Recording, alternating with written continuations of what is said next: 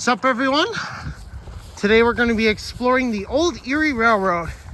We're with Alco 244. He's got Rapunzel with him today. And we are exploring the old Erie, showing Rapunzel the great outdoors, helping her to become even better. So we're going to do a little bit of exploring here. We do got some history to share. So if you want to, just come along with us as we take you on an adventure exploring the old Erie Railroad. We're starting off today at Montage Mountain. We're going to be working our way back to Brook, and we're going to stop at Rocky Glen along the way. And we hope you're excited for this, as you're about to see some never before seen footage as we're going to go in parts as we explore the old Erie Railroad. Here in part one, we're going to try to get about a quarter mile, maybe halfway down. We're going to try to get about halfway down. As you can see here, the old tracks are still in place. There is some trees growing in between the rails. And I believe the last use of this line was between 1976 and 1979. It was when I believe the last use of this line was. And this is the Erie Rail Trail. So feel free to stop by and enjoy it. Just enjoy it respectfully, and don't do anything that's gonna make it look bad. You know, no littering or anything like that. So we're also out here looking at the fall foliage, so we're definitely looking forward to that. Got the Kodak Pix Pro with me today because we're gonna try to do some plane spotting down near Brook. So hopefully you guys are as excited as we are.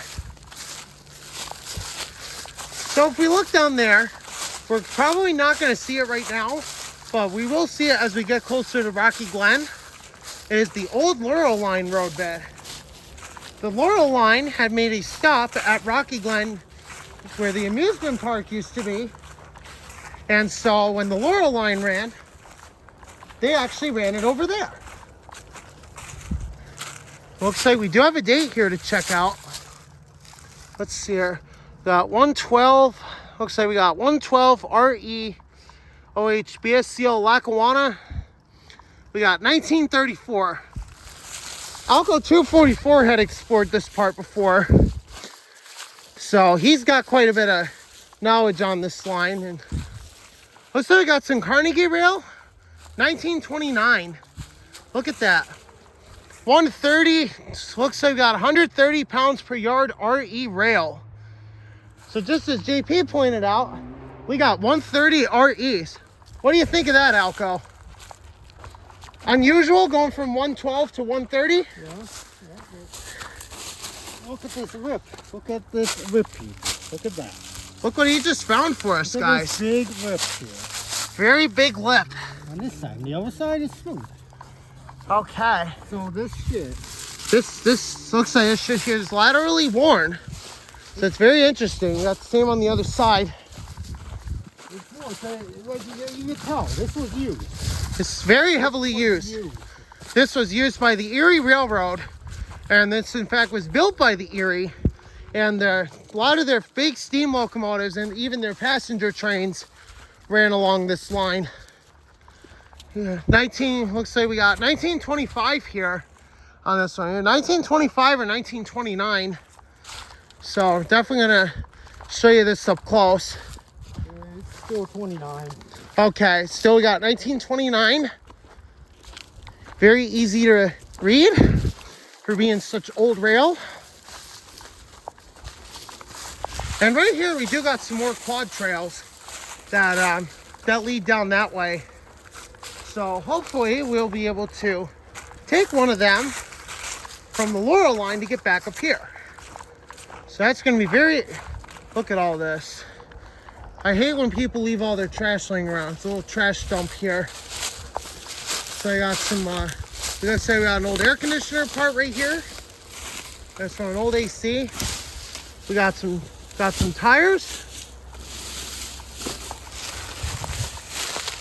There's possibility we could run into a bottle dump. So we are definitely going to keep our eyes peeled for those. Hopefully we may find some old bottles. And here, we got an old concrete stump. Not exactly sure what it was for, but it was probably used for a signal of some sort, or maybe a little dwarf signal. I do not know if the Erie had them, but we'll take a look. This is absolute beautiful scenery. This is the old Erie Railroad that once ran and paralleled the DL&W out to New Jersey.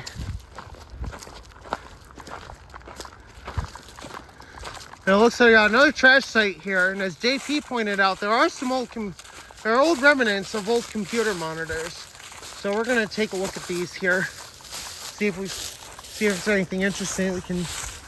Oh, let's say we are gonna have to be careful. There's a lot of ivy here, and we don't know if it's poisonous or not.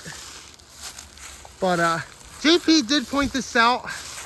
He did show what looked like some old computer monitor remnants. So we're gonna try to be careful. We're gonna let Alco check it out here, see if he finds anything good for us. So we're gonna try not to. I'm gonna try not to go through the ivy because I obviously got my good walking clothes on. So, find anything interesting there, Alco? These are old TVs. Okay, my mistake, guys. I stand corrected. They were old televisions. It's some computer shit, but it's mostly TVs. Okay. All right, so he answered that question for us. So I did not realize that those were not computer. I did not realize those weren't computer monitors. They're actually from televisions. Yeah, but it's GE. Okay, looks like he found one for my GE air conditioner. So we got a spare grill for ourselves, guys. Actually worth scrummaging. Data tags right there if you want to see what this was. All right, here we go. It's got a broken panel. Let's take a look. All right, looks like it's the same capacity as mine. In fact, it's the exact same capacity as mine. And it was manufactured, let's see, let me see it. 2005, so it's the same year as mine. 2005. So we're gonna collect this on our way back. So that's very interesting. In fact, we're gonna bring it along with us here.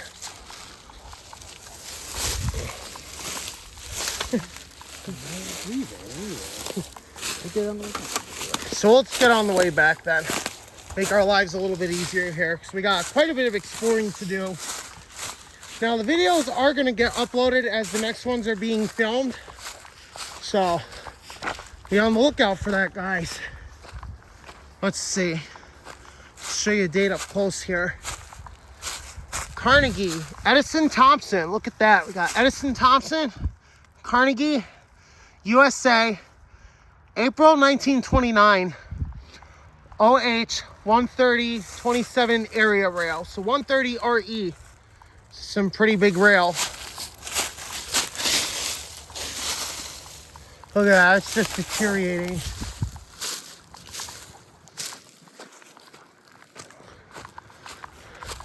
Looks like further down, we're just starting to see part of the Laurel line down that way, because it did parallel the Erie for pretty much the whole journey. So, in fact, hopefully you guys can see that. It's right down there. It's somewhere down there. We'll see it later. Yeah, we'll see it later. Taking it back, so. Yeah, we're going to take it back, so. It's somewhere in there. All right, we'll definitely keep our eyes peeled for it as we near Rocky Glen. Look at that, huge full toe joint bars. This is definitely a very heavy used main line. Looks like we'll see what we got over here. See if there's anything interesting we can take a look at. And right over here is Interstate 81.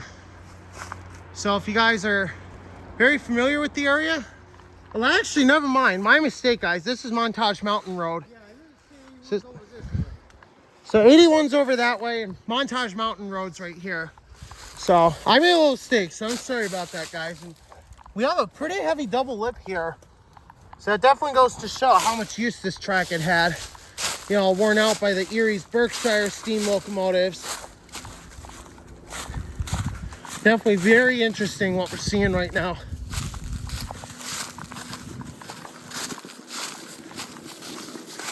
And it looks like we do got some buildings here, which this used to be the old Montage Mountain Ski Shack.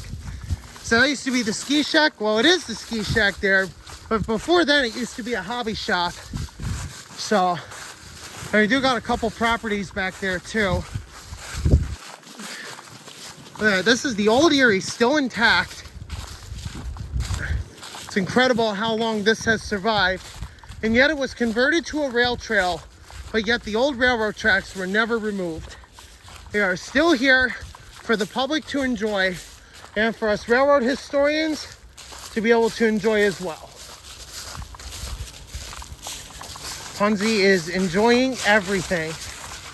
She loves seeing the fall colors. She loves looking at old history. She's as happy as anything right now. We're so happy that Rapunzel could join us today as we explore and document the history of the Erie Railroad.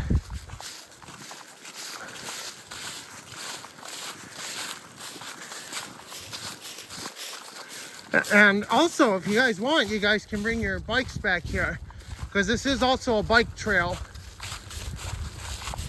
Look at all these old ties, guys. You can see just how much use this track had had. There's the ski shack right there. Fortunately, we do got some litter laying around, so it's not very good. But along the way, we are going to encounter some man-made structures. So anything that we come across that's going to be very interesting, we're going to feature it in the next part of in the next video. So basically, because this is pretty much the same for most of the journey, so we are going to cut here because I'm going to take some pictures, and then once we start coming across the interesting stuff a little further down, we're gonna get rolling again. So, oh, look at that, guys! You got some towless bars now, same configuration, 130 RE. I'm pretty sure. We'll have to see if we can find some more dates as we continue down the line. So before we go on to the next video a little later on, we're gonna try to get one more date for you. Hopefully we'll find one. And then she's enjoying everything.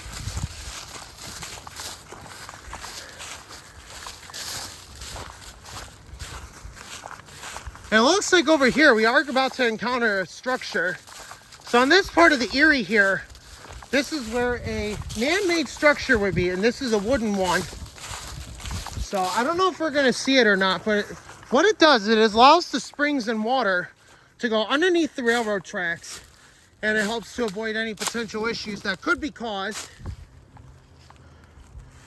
Yeah, let's say it's a little dried up, but we're gonna try. And in fact, guys, there is a platform down there. I don't think we're gonna be able to get to it though.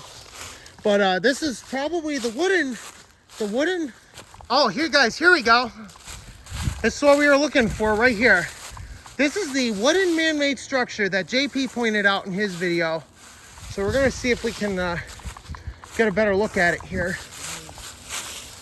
Look at that, guys. Look at that, that is so interesting. I did not think we were gonna encounter this so little into our journey already. So we are going to try to get down here. I'm going to have to set my stuff down. We're going to bring my camera down, try to get a couple pictures. We're going to see if we can get down here. Alright, looks like we might have a little bit of difficulty here. So we do have to be very careful, because these leaves can get very slippery and cause us to slip and slide. So we definitely need to use caution as we work our way down here. So hopefully check this out. You guys can see here, this is not what I was planning on, but because I've never seen these before, I thought it was worth checking out.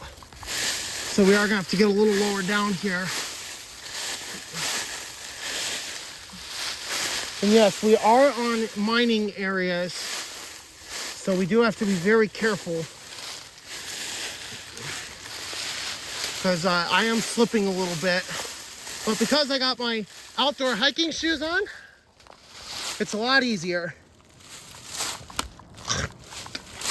In fact, if you guys see right here, this is what's left of the structure. This is a man-made wooden structure here. And I forget exactly what it's called. I am gonna have to look back at the video JP did. But this is very interesting. And what this does is this guides the water under the railroad tracks, and we got this big pipe here.